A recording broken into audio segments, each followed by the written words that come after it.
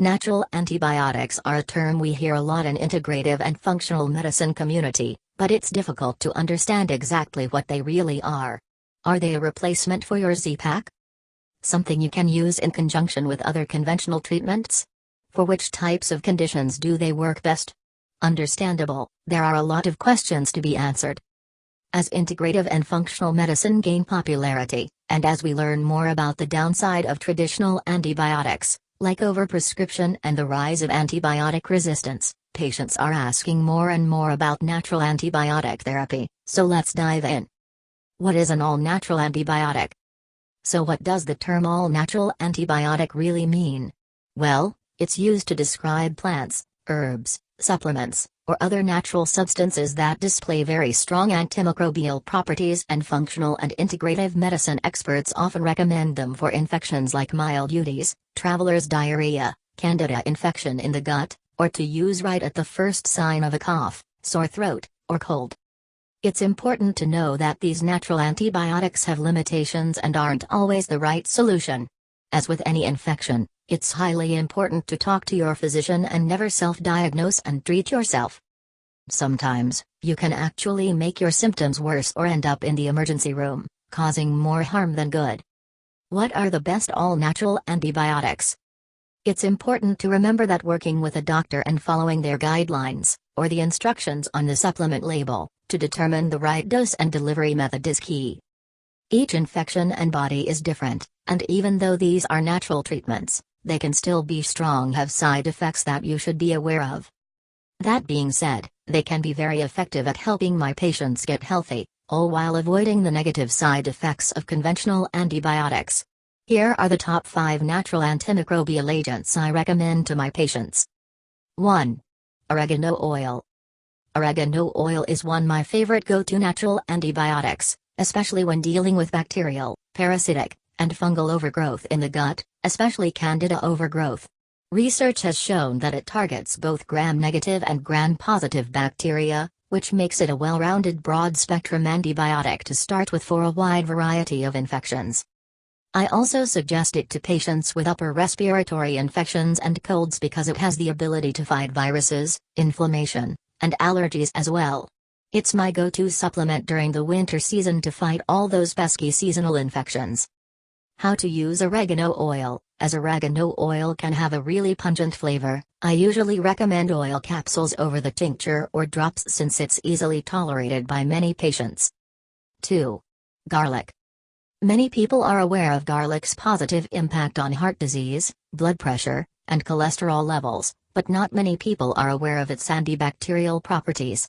Allicin, a compound found in garlic, has profound antimicrobial properties, and it's a wonderful first-line broad-spectrum natural antibiotic agent as well.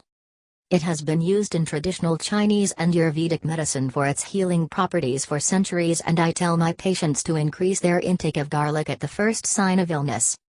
How to use garlic. Unfortunately, to achieve results, you have to eat a lot of garlic, and you have to eat it raw, which is too pungent for a lot of people. But if they can handle it, my patients take it when they have cold symptoms and notice a dramatic difference. You can also find allicin in high-potency, concentrated garlic capsules, which will also do the trick. 3. Uva ursi. Uva ursi, also known as bear's grape or Arctus typhlosis, is traditionally used to treat urinary tract infections. In fact, it is very similar to the antibiotics that treat urinary infections, specifically drugs in the quinolones family like ciprofloxacin. Uva ursi has this bioactive metabolite that is eliminated in the urine that prevents bacteria from sticking to the cell wall in the bladder, which makes it an effective urinary tract infection treatment. Of course, if you're allergic to quinolones, chances are uva ursi may not be a good option for you. How to use uva ursi. First, always talk to your doctor before you start taking this on your own because urinary tract infections can turn bad very quickly. You can find uva ursi as crushed leaves, as a powder, and even in capsules that you can start at the first sign of urinary discomfort. 4. Berberine. This is another natural antibiotic I recommend a lot to my patients with GI issues who have bacterial, candida, or parasite overgrowth. It helps them tremendously due to its strong antioxidant, anti-inflammatory, and antibacterial properties. It's great for travelers' diarrhea and acute food poisoning, too. It is not recommended for moms-to-be or lactating moms because it has the potential to be harmful to the baby. How to use berberine. I usually recommend berberine in simple capsule form for my patients to bring with them on trips or for patients who are doing a full gut healing protocol, which includes eliminating harmful bacteria, fungi, and parasites, while reinoculating the gut with beneficial probiotic bacteria. 5. Colloidal silver. Colloidal silver is frequently used in the integrative medicine world when warding off bacterial infections. Historically, silver has been used as a broad-spectrum antibiotic, and although studies have shown that it's great at attacking antibiotic-resistant bugs like MRSA, the Food and Drug Administration, FDA, does not recognize it as an antibiotic. It also has antiviral, antifungal, and anti-inflammatory properties. How to use colloidal silver. Colloidal silver is taken in liquid form via a dropper bottle and can be applied topically, orally, or even into the eye to treat pink eye. Please be sure to check the dose and duration with your provider since the dosage will vary depending on your specific ailment. You will also need to flush the silver out with lots of water, so remember to keep it on hand. 6. Manuka honey. Honey is one of the most natural antibiotics you can get, and the use of honey to fight infection dates all the way back to 2000 BC. This natural elixir has been used for burns, skin infections, bed sores, and more. Manuka works as an antibacterial agent because of its high sugar content and low pH, which inhibits the growth of bacteria. Not all honey is the same, and Manuka honey, specifically, has properties that make it a more active antibacterial, so look at the UMF to ensure you're getting something high quality.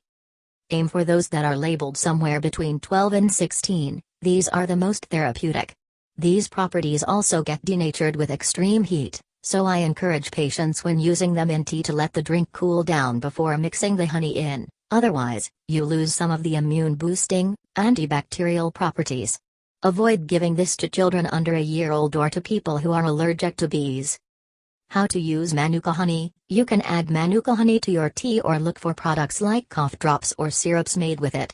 Manuka honey is great topically as well, especially on wounds and acne, as it works to decrease inflammation and repair tissue. For a Manuka honey face mask, just spread the honey on your face and leave it for 10 minutes, then wash it off with warm water. One last thing, make sure you don't take even these natural antibiotics for a long time since they, too, just like antibiotics, can negatively affect your gut microflora.